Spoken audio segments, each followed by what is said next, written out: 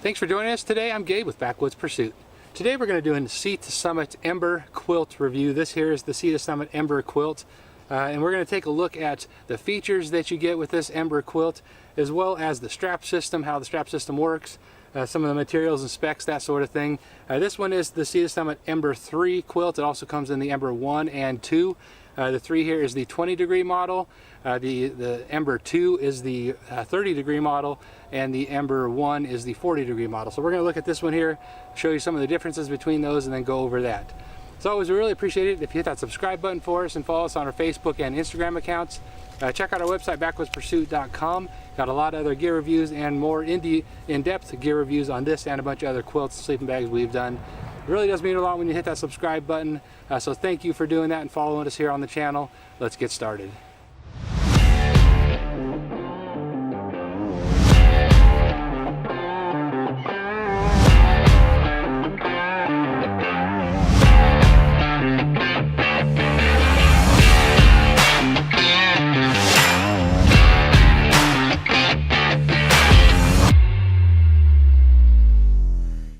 Alright, so let's look at some of the specs on this Ember Quilt. This is the Ember 3, like I mentioned. It comes in at 27 ounces. It's rated to 20 degrees. And like the Spark sleeping bag series, if you like the Spark series bags, you might want to look at these the Ember Quilt series. You've got a 10 denier nylon on the outside and a 7 denier nylon on the inside. And you've got the 850 fill down, and it's an ultra dye down, so you've got the water repellent down. So it really does a good job of lofting. And one of the differences between the 1, 2, and 3, or the 20, 30, 40 models here, is this being the 20-degree model. You've got a sewn-in foot box here. You can see you've got the pad straps here, but then the bottom part of it here is sewn in, and you don't have a drawstring right here where the 30 and 40-degree models have a drawstring. So that is one difference, but it does a better job of keeping you warm because it's designed to be in a little bit cooler temperatures than the 30 and 40-degree model. Here you've got the vertical baffles here and the horizontal baffles on the foot box area, a lot like the Sea to Summit Ember, the Spark series sleeping bags. When you get into the 30 and 40 degree models, they have a little bit different construction build, but they are all the box construction as far as the down baffles. So really well designed there. Now as far as the temperature ratings, they call this the 20-degree model, but also on the website you can see that you've got a 14 to 25 degree range, or the lower limit, lower comfort range for this 20-degree model. So for me personally, the way that this performed is that it kept me nice and comfortable down to that mid-20s range. If I was going to go much lower than that, I would probably want to layer up a little bit and whatnot, so that 14 degree would for me be a lower limit, and I believe that's what is intended by those temperature ratings for this Ember Quilt. You can look up the 30 and the 40 degree ratings as well, but similarly to those, you've got kind of a range for the lower limit because quilts don't go by the same rating system as sleeping bags do. So that is what worked for me here on this Ember Quilt.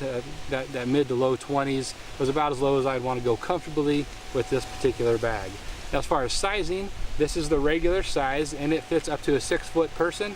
The large fits up to 6'4", and you've got just a ton of flexibility, a ton of adjustment here as far as the width, so you can really make this as wide as you want, or as you can even, I'll show you here in a minute, but you can even button these together and make it just like a sleeping bag if you want. I'll show you how that pad system, or that pad strap system, works here, some of the different options that you've got with the pad straps. So let's flip this over and I'll show you some of those pad straps. So the way this pad strap system is designed to be used is one of a couple of ways. Like I mentioned, you can button these each together and just seal that up like a sleeping bag. That's one option, just completely remove the use of the straps.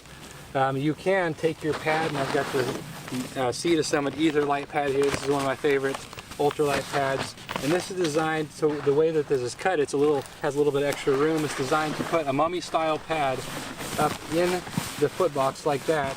And then you go ahead and take these other two straps underneath here. I'll unstrap those on this side and that side like that. And they're designed to be strapped underneath the pad like this, so that you can have the extra room, or the entire width of your pad when you're utilizing the quilt. So if you've got that set up like that, you've got the pad inside on the foot box here, and then you've got the ability to go ahead and stick your pillow here, and that works really well. That way you've got, it works really best with the mummy style pad here. I used it with a rectangular pad and it didn't work quite so well. Of course, it didn't fit in the foot box, so you have to set it up a little bit differently.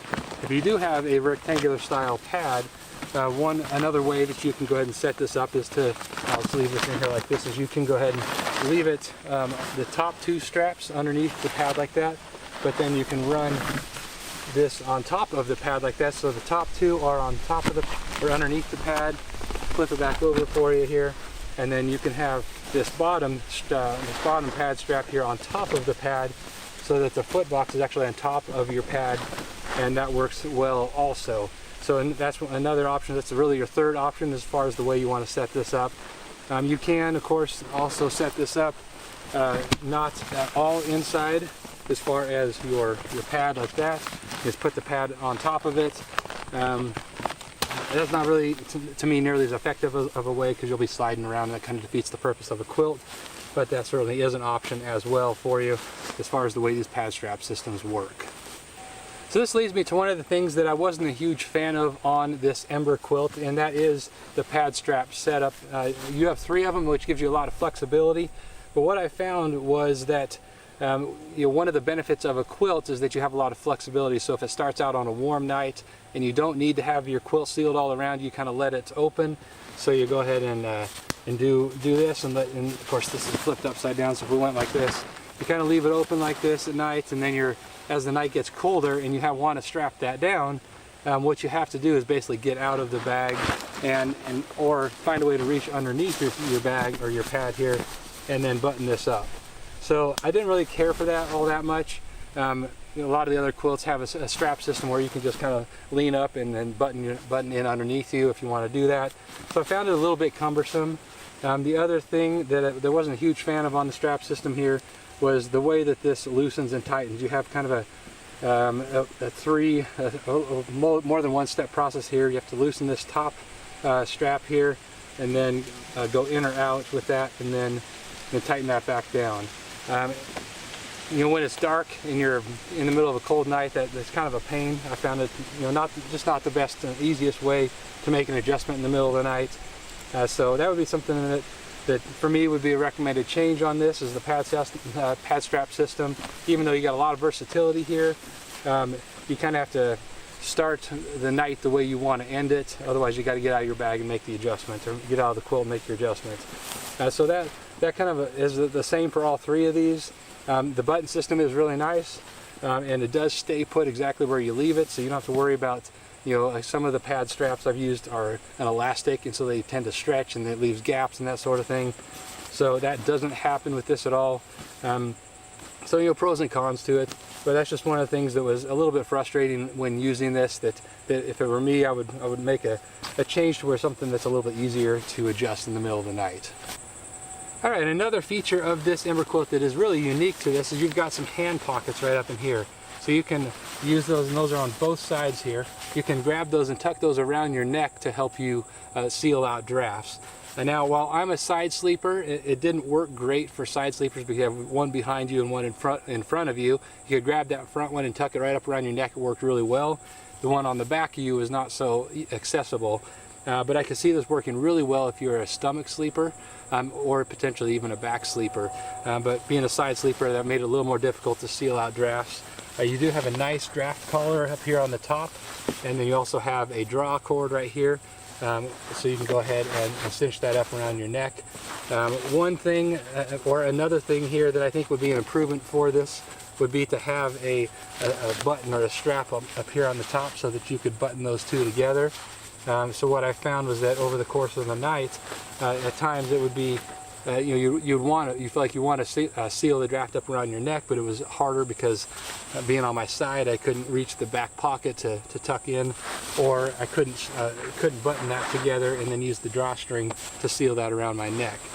So to me, adding a button right here would be a great idea to make that a little bit better, more universal for all different types of sleepers.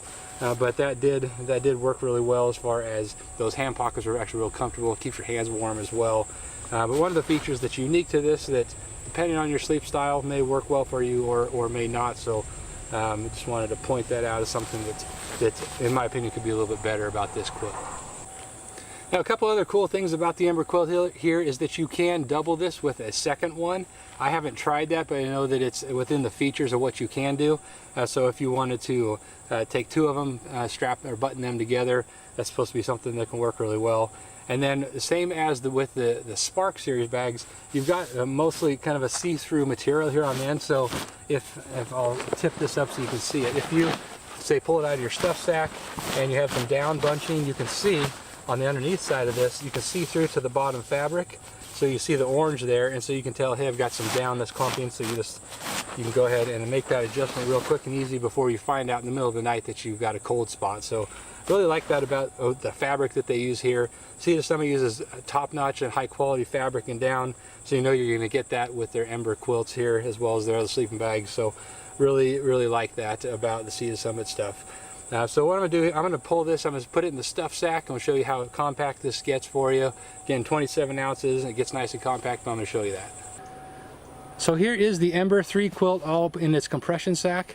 It comes with this stuff sack that doubles as a compression sack as well. I really appreciate that about the Cedar Summit including those with each of your sleeping bag or quilt purchases. Stuff's down nice and compact, so it doesn't take up too much room in your pack. Another thing that Cedar Summit includes with the Ember quilt and really all of their bags and quilts is a long-term storage bag here. This is great for putting it in your closet or whatnot, so it doesn't take up too much space, but it also keeps it loosely enough compressed so you don't keep that down compressed for a long period of time. So that's your long-term storage. So that's the Ember quilt. Check it out in the description. I'll put a link down there so you can check this out for yourself, see if it's a good fit for you. Thanks for watching here today. We'll see you next time.